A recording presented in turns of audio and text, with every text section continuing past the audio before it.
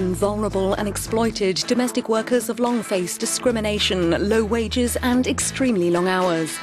For years, policymakers have maintained it would be impossible to change the status quo, that employers can't afford to pay their cleaners, maids and babysitters a minimum wage, and that isolated as they are, domestic workers would never be able to form a union.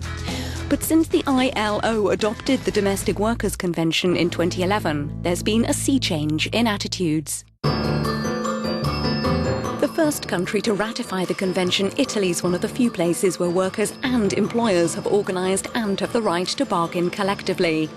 Sara Gomez is the spokesperson for the Philcams union in Rome. She says joining a union gives individuals a louder voice. Posso dire che mi sono trovate delle I can say that I met workers who, when they took the membership card to the trade union, cried because they felt they were recognized as part of something, and this gave them strength. Yet Philcams is still fighting for equality. Unlike most people, domestic workers don't have the right to more than 15 days consecutive sick leave, even though their work can be grueling.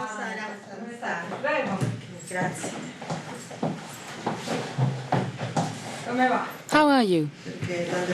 Oh, things are so-so. They don't respect our rights, even when we're ill. Are you working now? No, I'm not working anymore. I went through very stressful times, and my employer was too demanding. Even when I had a fever, I had to go to work.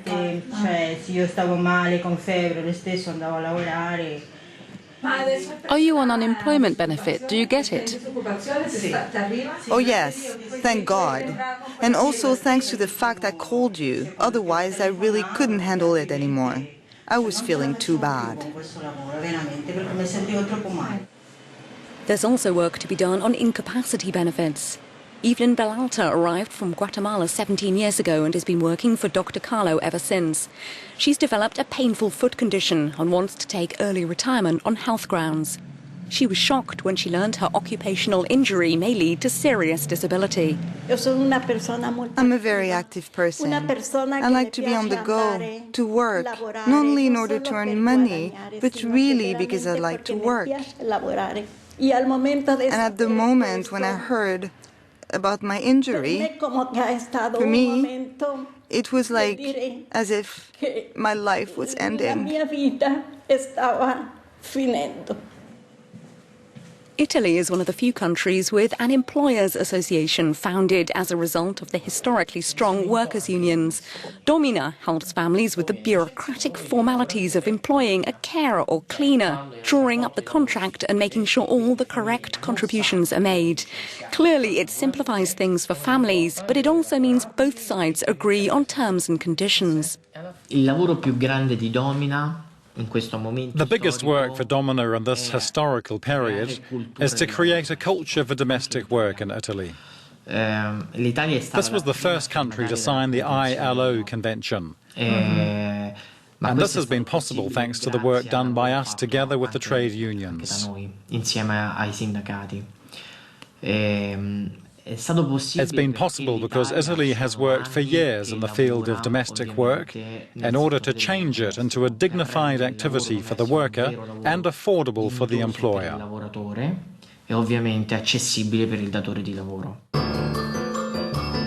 Domestic workers enjoy minimum wage coverage in at least 60 countries.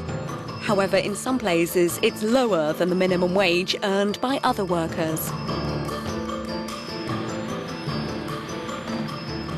In France, Italy, Austria, Belgium, and here in Geneva, the chèque service and similar schemes have proved it's perfectly possible to provide workers with social security benefits.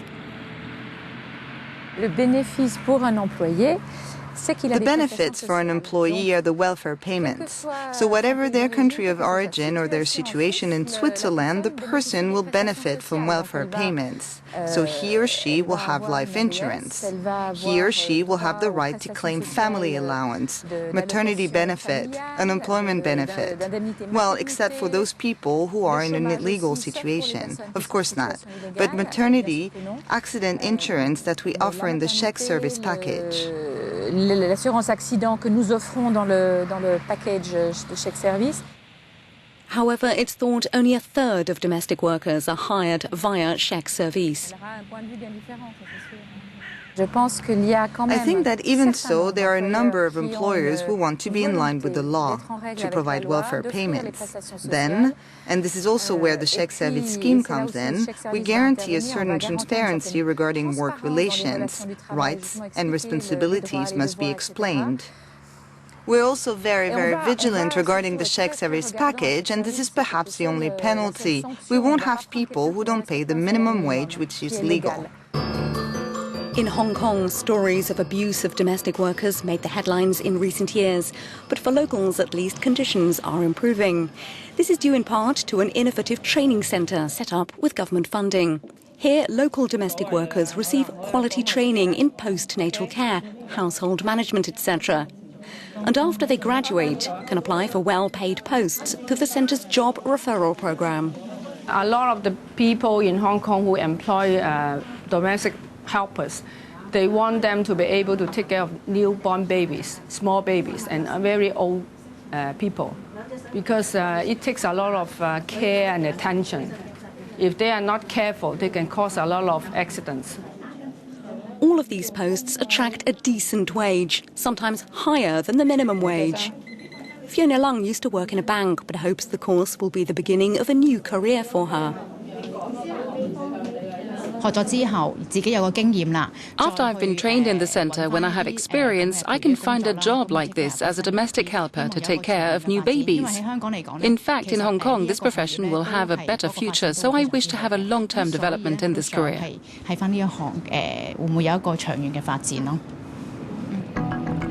But the scheme is only open to local domestic workers, not migrants, who still work under draconian conditions, including the live-in rule, which means a worker must live with her employer.